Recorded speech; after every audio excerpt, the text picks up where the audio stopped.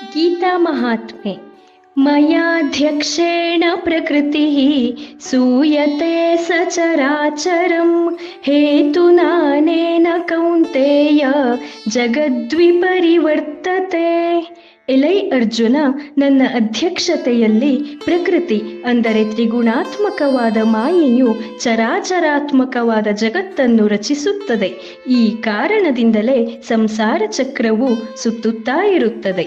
ಈ ಜಗತ್ತನ್ನು ನಾನು ಸೃಷ್ಟಿ ಮಾಡುತ್ತೇನೆ, ಆದರೆ ನಾನು ಅವುಗಳಲ್ಲಿ ಲುಪ್ತನಾಗುವುದಿಲ್ಲ ಎನ್ನುವ ವಿರೋಧಾರ್ಥಕಗಳನ್ನು ಪರಿಹರಿಸುವುದಕ್ಕಾಗಿ ಭಗವಂತನು ಈ ಮಾತನ್ನು ಹೇಳುತ್ತಾನೆ.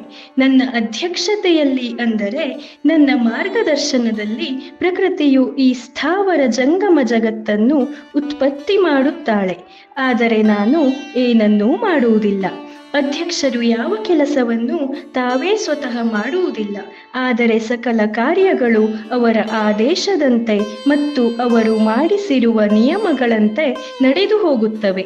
ಒಂದು ಕಾರ್ಖಾನೆಯ ಮಾಲೀಕ ಅಲ್ಲಿರುವ ಎಲ್ಲ ಕೆಲಸಗಳನ್ನು ತಾನೇ ಮಾಡುವುದಿಲ್ಲ, ಆದರೆ ಅವನ ಅಣತಿ ಇಲ್ಲದೆ ಯಾವ ಕಾರ್ಯಗಳೂ ನಡೆಯಲಾರವು. ಇದು ಪರಮಾತ್ಮನ ಸ್ಥಾನ. ಅವನು ತನ್ನ ಅಧೀನದಲ್ಲಿರುವ ಪ್ರಕೃತಿಯ ಮೂಲಕ ಈ ಜಗತ್ತನ್ನು ಉತ್ಪತ್ತಿ ಮಾಡಿಸುತ್ತಾನೆ. ಅವನ ಸುಪರ್ದಿಯಲ್ಲಿ ನಡೆಯುವ ಈ ಜಗತ್ತು ಸೃಷ್ಟಿ ಅದೇ ಕಾರಣದಿಂದ ಸುತ್ತುತ್ತಾ ಇರುತ್ತದೆ. ಇಲ್ಲಿ ಬ್ರಹ್ಮಶಕ್ತಿಯ ವರ್ಣನೆ ಇದೆ. ಬ್ರಹ್ಮಶಕ್ತಿಯಿಂದ ಅನೇಕ ಲೋಕಗಳು ಸೃಷ್ಟಿಯಾಗುತ್ತಾ ಇರುತ್ತವೆ. ಇದಕ್ಕೆ ಮೂಲ ಕಾರಣ ಭಗವಂತನೇ, ಆದರೆ ಅವನನ್ನು ಯಾವ ಪಾಪ ಅಥವಾ ಪುಣ್ಯವು ಅಂಟಿಕೊಳ್ಳಲಾರದು. ಶ್ವೇತಾಶ್ವರ ಉಪನಿಷತ್ತು ಬ್ರಹ್ಮನನ್ನು ಕುರಿತು ಹೀಗೆ ಹೇಳುತ್ತದೆ: ಏಕೋ ದೇವ ಸರ್ವಭೂತೇಷು ಗೂಢಃ. ಏಕನಾದ ದೇವರು ಎಲ್ಲರಲ್ಲಿಯೂ ಹುದುಗಿರುವನು. ಅವನು ಸರ್ವವ್ಯಾಪಿ, ಸರ್ವಭೂತಾಂತರಾತ್ಮ, ಕರ್ಮಾಧ್ಯಕ್ಷ, ಸರ್ವಭೂತಾಧಿವಾಸ, ಸಾಕ್ಷಿ, ಚೈತನ್ಯ ಸ್ವರೂಪ, ಕೇವಲ ಮತ್ತು ನಿರ್ಗುಣ. ಆ ಕಾರಣದಿಂದ ಜಗತ್ತು ಸುತ್ತುತ್ತಾ ಇರುತ್ತವೆ. ಸೂರ್ಯ, ಚಂದ್ರ, ಇತರ ಗ್ರಹಗಳೆಲ್ಲವೂ ಅವನ ಕಾರಣದಿಂದಲೇ ತಮ್ಮ ತಮ್ಮ ಕಾರ್ಯಗಳನ್ನು ನಿರ್ವಹಿಸುತ್ತಾ ಇರುತ್ತವೆ.